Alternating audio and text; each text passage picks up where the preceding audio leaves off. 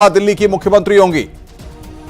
बड़ी खबर इस वक्त की, शालीमार बाग से एमएलए है रेखा गुप्ता। ये बड़ी खबर इस वक्त हम आपको बता रहे हैं, रेखा गुप्ता दिल्ली की मुख्यमंत्री होंगी। ये बड़ी खबर इस वक्त आ गई है, शालीमार बाग से एमएलए है रेखा गुप्ता, दिल्ली की मुख्यमंत्री होंगी।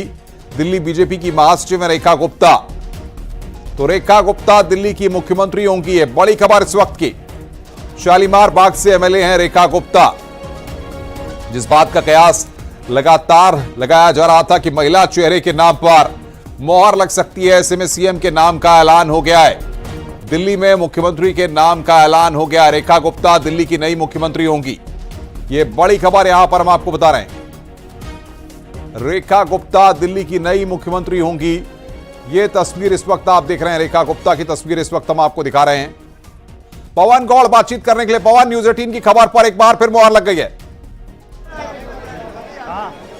देखिए, जाहिर तौर पर जिस तरह से लगातार कयास लगाए जा रहे थे कि इस बार हो सकता है कि पहली बार जो बहुत दिन के बाद में जो है वो एक महिला चेहरे को बीजेपी मुख्यमंत्री के तौर पर पेश करे। इस समय की अगर बात करें, तकरीबन 20 राज्यों में बीजेपी और एनडीए की सरकार है, लेकिन एक भी राज्य में महिला चेहरे के पास कमान नहीं है। ऐसे में बीजेपी एक बड़ा संदेश देना चाहती थी अपनी तरफ से कि किस तरह से महिलाओं को बराबरी की हिस्सेदारी। अगर दिल्ली चुनाव की अगर आप बात करें तो दिल्ली चुनाव में देखा होगा, महिलाओं को साधने के लिए लगातार प्रधानमंत्री नरेंद्र मोदी खुद से कई सारे ऐलान किए, कई बार उन्होंने अपनी चुनावी रैलियों में उनका जिक्र किया। और आखिर तौर पर जिस तरह से लगातार खबर सामने आ रही थी, रेखा गुप्ता के नाम की चर्चा की जा रही थी, क्योंकि रेखा गुप्ता महिला है, महिला के साथ साथ वैश्य वर्ग से भी आती हैं। तो केजरीवाल भी वैश्य वर्ग से आते थे। ऐसे में दो जो चीज है, एक नाम के साथ में दो फायदे बीजेपी को होने वाले हैं। एक तो महिलाओं को रिप्रेजेंटेशन और दूसरा जो है वैश्य वर्ग को भागीदारी सत्ता में उन्होंने दे दी है। अरविंद केजरीवाल पहले आम आदमी पार्टी से जब बात करें तो वो भी वैश्य वर्ग से आते थे। इस बार रेखा गुप्ता भी जो है वो वैश्य वर्ग से आती हैं। तो महिला और वैश्य का कॉम्बिनेशन आपको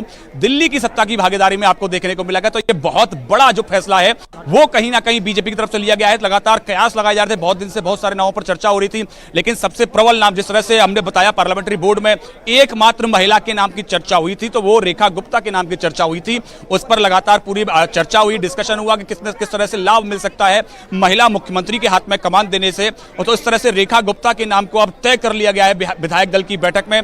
रेखा गुप्ता की अगर बात करें तो पार्षद से लेकर अब यहां मुख्यमंत्री पद तक का जो सफर है, उनका बहुत बड़ा सफर रहा है। लंबा अनुभव है राजनीति का। दिल्ली बीजेपी की एक वरिष्ठ नेता रही है, लगातार पार्टी के लिए शुरू से लेकर अब तक लगातार काम करती रही हैं। तो खासा अनुभव है। शालीमार बाग से वो विधायक चुन के आई हैं, तो ऐसे में पार्टी के लिए खासा काम किया, बहुत एक्सपीरियंस है काउंसलर से लेकर और अब विधायक दल की नेता तक पहुंचने का जो सफर है रेखा गुप्ता का, वो बहुत लंबा सफर है। तो ऐसे में अगर बात करें तो रेखा गुप्ता के नाम की जिस तरह से लगातार कयास लगाए जा रहे थे, लगातार हम भी अपने दर्शकों को नाम बता रहे थे कि रेखा गुप्ता संभावित मुख्यमंत्री पद का चेहरा बीजेपी की तरफ से हो सकती हैं। अब उस नाम पर जो है वो मोहर लगती हुई दिखाई दे रही है। तो क्या माना जाए, ये महिला फैक्टर जो है कहीं ना कहीं बीजेपी के लिए बहुत आने वाले वक्त में फायदे का सौदा साबित हो सकता है, इसीलिए महिला समीकरण को ध्यान में रखते हुए रेखा गुप्ता के नाम पर मोहर लगाई गई है। देखिए, जाहिर तौर पर जिस तरह से बात करें, राजनीति की अगर बात करें तो राजनीति में जिस तरह से बीजेपी लगातार काम करती है, प्रधानमंत्री नरेंद्र मोदी ने, आपको याद हो तो 2024 के चुनाव से ठीक पहले जो है महिला आरक्षण विधेयक भी पास किया था, जिससे 33% रिप्रेजेंटेशन जो है वो महिलाओं को लोकसभा में देखने को मिलेगा। तो ऐसे में जो है उससे पहले बीजेपी एक बड़ा संदेश और देना चाहती थी कि जिस तरह से अब तक तकरीबन 20 राज्यों में बीजेपी की सरकार है, तो ऐसे में महिला को एक रिप्रेजेंटेशन नहीं था, किसी भी राज्य को मुख्यमंत्री के तौर पर महिला काम नहीं कर रही थी। ऐसे में दिल्ली में मुख्यमंत्री बनाकर बीजेपी एक बड़ा संदेश देना चाहती थी, क्योंकि आपने देखा कि महिलाओं का अच्छा खासा वोट जो था वो कहीं ना कहीं आम आदमी पार्टी के साथ, और इस बार जो है बीजेपी के फोल्ड में वापस आया था।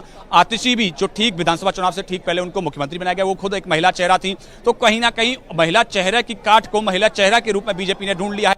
कहीं ना कहीं कई सारे जो विपक्ष के नेता भी थे, कहीं ना कहीं बीजेपी पर सवाल उठाते थे कि महिलाओं को रिप्रेजेंटेशन देने की बात करते हैं, लेकिन रिप्रेजेंटेशन बीजेपी देती नहीं है। तो ऐसे में एक बहुत बड़ा जवाब जो है राजनीतिक तौर पर बीजेपी दिल्ली से देने जा रही है।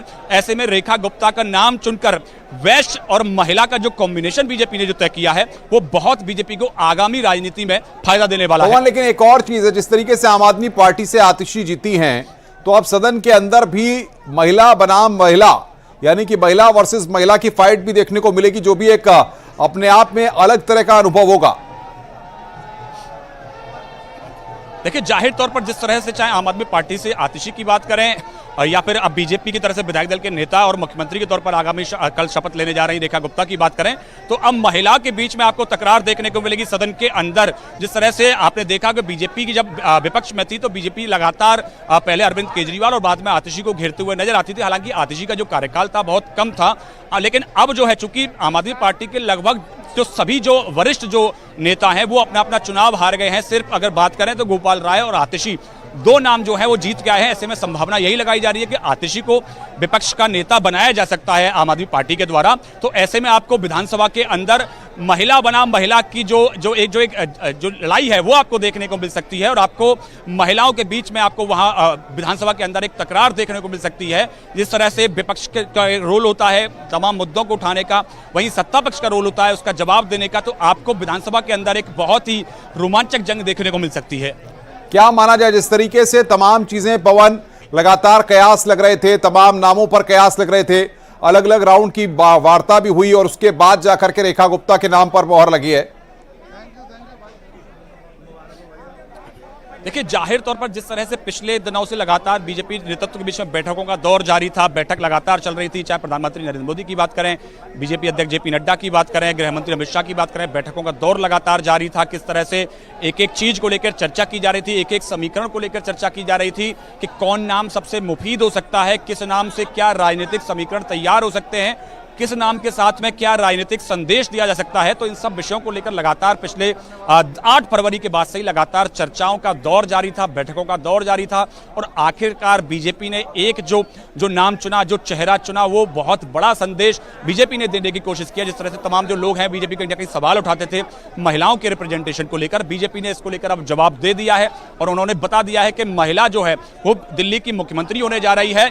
तो यानी 20 राज्यों में से एक राज्य में अब बीजेपी की तरफ से महिला मुख्यमंत्री होगी, रिप्रेजेंटेशन होगा महिलाओं का। और जिस तरह से आपने देखा होगा राजनीति में आजकल अगर मतदान के समय की भी बात करें, चुनावों की भी बात करें तो महिलाओं की भागीदारी अच्छी खासी रहती है। आपने देखा होगा चाहे वो मध्य प्रदेश की बात करें, झारखंड, शायद ही किसी ने किया होगा। दिल्ली को एक नई दिशा और दशा मिलेगी और पूरे विश्व में दिल्ली का नाम होगा।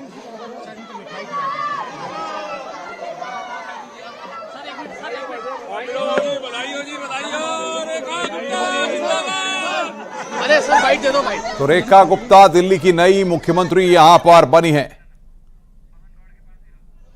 और पवन गौड़ इस वक्त बातचीत करने के लिए हमारे साथ है। पवन, क्या लगता है आपको, जिस तरीके से तमाम तरह के कयास थे, रेखा गुप्ता रेस में लगातार आगे चल रही थी और महिला चेहरे के तौर पर जिस तरीके से उनकी पहचान है, जिस तरीके से उनका अनुभव है, वो यहां पर काम कर गया?